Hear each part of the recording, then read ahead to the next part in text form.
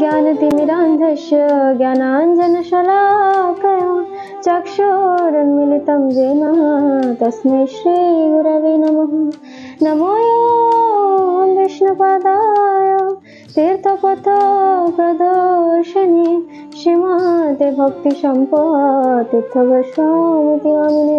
वाञ्छाकल्पतरुभ्यश्च कृपासिन्धुभ्यैव च पतितानां पावनेभ्यो वैष्णवेभ्यो नमो नमः।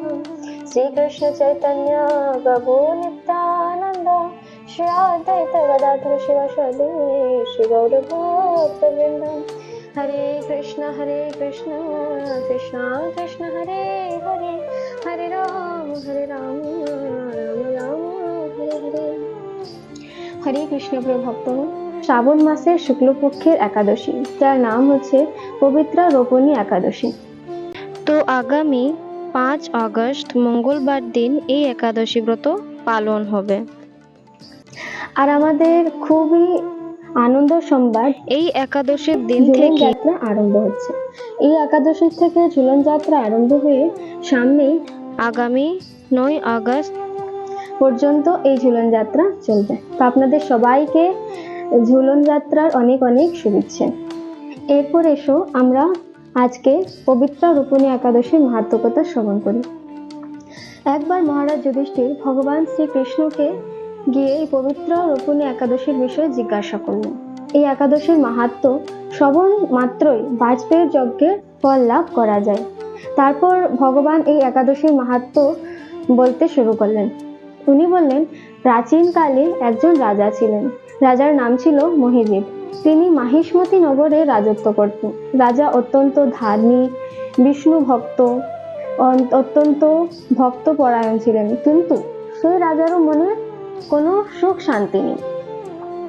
দেখুন ভক্তগণ, রাজাই হোক বা প্রজাই হোক, ধনী হোক বা ভিখারি হোক, এই জগতে নেচারটাই এইরকম। এখানে কোনো সুখ শান্তি আপনি পাবেন না। একটু সুখ অনেকটা অসুখ, একটু শান্তি অনেকটা অশান্তি প্রত্যেকের জীবনে, সে সেটা প্রধানমন্ত্রী হোক, রাষ্ট্রপতি হোক বা কোনো মানুষ হোক, সকলের জীবনে এগুলো লেগেই থাকে। তা আমাদের কর্তব্য এইগুলো খুব বেশি গুরুত্বপূর্ণ না দিয়ে ভগবানের চরণে ভক্তি করো। যাই হোক, রাজার মনে কোনো সুখ ছিল না। তিনি একদিন প্রজার কাছে গিয়ে বললেন, হে প্রজাগণ, আপনারা জানেন আমি এই জীবনে কোনোদিনও কখনো কিছু অন্যায় করিনি। আমি প্রজাদেরকে অনর্থক পীড়াও কোনোদিন দিইনি। আমি কোনো দেবতার বা কোনো প্রজার ধন হরণ করিনি। আমি ধর্ম অনুযায়ী আমার রাজ্য শাসন করেছি, আবার সজ্জন ব্যক্তিকে অনেক সম্মান দিয়েছি। আমার রাজ্যে কোথাও কোনো অত্যাচার অনাচার এগুলোও হয়নি। তা সত্ত্বেও আমার কেন কোনো পুত্র হয়নি? আমার জীবনে কেন কোনো সুখ নেই? প্রজাগণ, আমি আপনাদেরকে নিজের সন্তানের মতন করে পালন করি। এখন দয়া করে আপনারা এটা অনুসন্ধান করুন যে কি করলে ভয়ঙ্কর সমস্যা থেকে মুক্তি পাব। তো প্রজাগণ, বিশেষ করে যারা ব্রাহ্মণ বর্গের ছিলেন, যাদের জ্ঞান অনেক বেশি ছিল, তো তারা ঠিক করলেন যে আমাদের রাজা এত দুঃখ রয়েছে, তার মনে কোনো সুখ নেই, তাহলে আমরা তার কিছু সমাধান করার চেষ্টা করব। এখন বর্তমানকালে কারো যদি পুত্র নেই, প্রচুর ডাক্তার দেখানো যায়, এটাই এখনের নিয়ম। তখনকাল তো কোনো ডাক্তার, কোনো গাইনোকোলজিস্ট, তখন পারমার্থিক উপায়ে এসব সমস্যার সমাধান প্রয়োগ করা হতো। তখন কোনো ডাক্তার ছিল না। আর বর্তমানে তো এখন ইনজেকশন, অপারেশন, এই সব কিছু করে সন্তান উৎপত্তি করা হচ্ছে, কিন্তু পারমার্থিক সমাধানের কোনো সাইড এফেক্ট নেই। যাই হোক, ব্রাহ্মণগণ ভাবলেন যে পারমার্থিক উপায় বিধিয়ে কি করে সমস্যার সমাধান করা যায়। তো তারা চিন্তা করলেন যে আমাদের সামনে বিশাল অরণ্য আছে, এই অরণ্যে অনেক ঋষি মুনি, অনেক বড় বড় ঋষিরা তপস্যা করেন। ব্রাহ্মণগণ আর তার অনুযায়ী সবাই সেই অরণ্য বনে গিয়ে, আর সেখানে গিয়ে দেখলেন অনেক অনেক ঋষিরা সেখানে তপস্যা করছেন। তারই মধ্যে বিশেষ এক ঋষি মুনির সন্ধান পেলেন। সেই মুনির নাম লোমশ মুনি। লোম থেকে লোমশ, এরকম নাম কেন হলো, তার কারণ কি? না, এই মুনির এতটাই শক্তিধর ছিলেন যে আমাদের অমর ছিলেন। প্রকৃত অমর তো কেউ হন না, কিন্তু তার আয়ু এত বিশাল ছিল আমরা কল্পনা করতে পারি না। কিরকম আয়ু? না, ব্রহ্মার একদিনকে বলা হয় এক কল্প। সেই এক কল্পর সমান হচ্ছে 432 কোটি বছর। এই লোমশ মুনি হাজার হাজার কল্পে আয়ু বিশিষ্ট ছিলেন। ব্রহ্মার একটি করে কল্প শেষ হলেন, লোমশ মুনির একটি করে লোম পড়ে যেত। তাহলে তার আয়ু কত হাজার কোটি বছর, সেটা বিচার করা আমাদের অত্যন্ত কঠিন। তাই ব্রাহ্মণগণ চিন্তা করে দেখলেন যে এই লোমশ মুনি হচ্ছেন সব থেকে উপযুক্ত এই ব্যাপারে, যিনি আমাদেরকে সমাধান দিতে পারেন। অতএব তারা লোমশ মুনির কুটিরে গেলেন এবং খুব শ্রদ্ধার সঙ্গে তারা প্রণাম জানালেন। লোমশ মুনি ভাবলেন, কি ব্যাপার, এতজন ব্রাহ্মণ হঠাৎ করে আমার কুটিরে গিয়ে এসেছে। তখন ব্রাহ্মণগণ বলতে লাগলেন যে, হে ঋষিমুনি, আমাদের অনেক সৌভাগ্য যে আমরা আজকে আপনার দর্শন প্রাপ্ত করলাম। তারপর তারা মূল সমস্যার কথা বললেন যে আমাদের রাজা, তিনি অত্যন্ত ধার্মিক, তার অনেক গুণাবলী থাকলেও তার মনে কেউ সুখ নেই, কারণ আমাদের রাজা পুত্রহীন। পুত্রহীনতার কারণে তিনি সবসময় চিন্তা করেন যে আমার অলৌকিক কাজ কে করবে, কে আমাকে পিণ্ডদান করবে, আর পরবর্তীকালে এই রাজ্যের ভার কে উঠাবে। কিন্তু হে ঋষিবর, আপনি আমাদের একমাত্র ভরসা।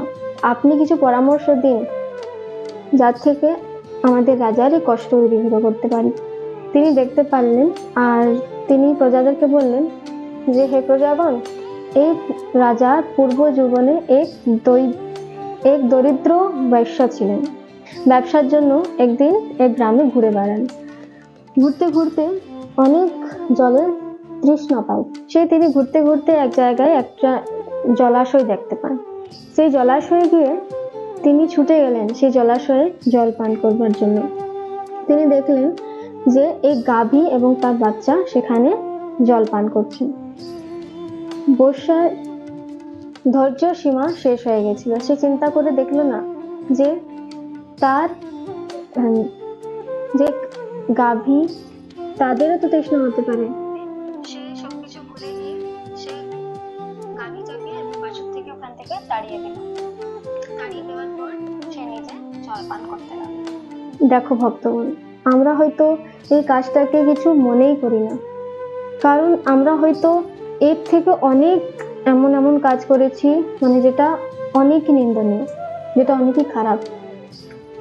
তার জন্য আমরা এটা চিন্তা করতে পারছি না যে শুধুমাত্র সে তো জল খাচ্ছিল, তাকে তাড়িয়ে সে নিজে জল পান করতে লাগলো। আমরা ভাবছি যেন এটা খুবই অনেক সরল বিষয়, এটা তো অপরাধ হয়নি। কিন্তু এই যে সমস্ত অপরাধ, সেগুলো এমনকি পরের পর জীবনে আমাদের কাছে ফিরে আসতে পারে। বলে না, পাপ কোনোদিনও ছাড়ে না। সেই অপরাধের ফলেই তাকে পরবর্তী জীবনে পুত্রহীন সে হয়ে থাকলো। তাহলে সে রাজা হলো কি করে? না, যখন সে অপরাধ করেছিল এরকম, তেমনি তার অনেক পুণ্য কর্ম ছিল। সে পুণ্য কর্মের জন্য তিনি সেই রাজা হতে পারলো এই জীবনে, কিন্তু অপরাধের জন্য তিনি পুত্রহীন হলেন। সেটা লোমশ মুনি ব্রাহ্মণগণকে এই কথা বর্ণনা করলেন।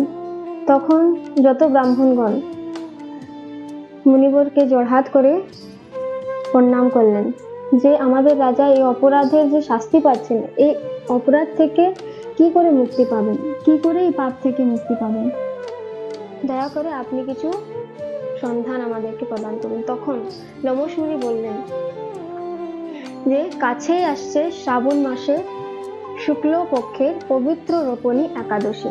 এই একাদশী পালনটাই হচ্ছে তার পারমার্থিক সমাধান, যার ফলে তোমাদের রাজা পুত্র লাভ করতে পারবেন। তো যখন লোমশ মুনি এই নির্দেশ দিলেন, ব্রাহ্মণরা খুব খুশি হলেন।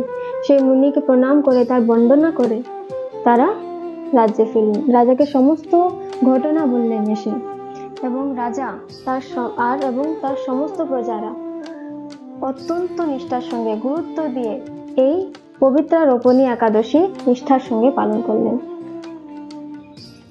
আর যত প্রজা এই একাদশীর সমস্ত সুফল রাজাকে প্রদান করলেন। আর তারপর খুব শীঘ্রই রাজার ঘর আলো করে এক সুস্থ সবল সন্তানের জন্ম হলো। রাজার সমস্যার সমাধান হলো, রাজার মনে সুখ শান্তি ফিরে এলো এবং সেই রাজ্য পরমার্থী রাজাকে পেল। তো দেখুন ভক্তগণ, একাদশীর পালন আমরা কেন বলি করতে? কারণ প্রতিটা একাদশীর মাহাত্ম্যের মধ্যে আমাদের কল্যাণকর অনেক বিষয় আছে।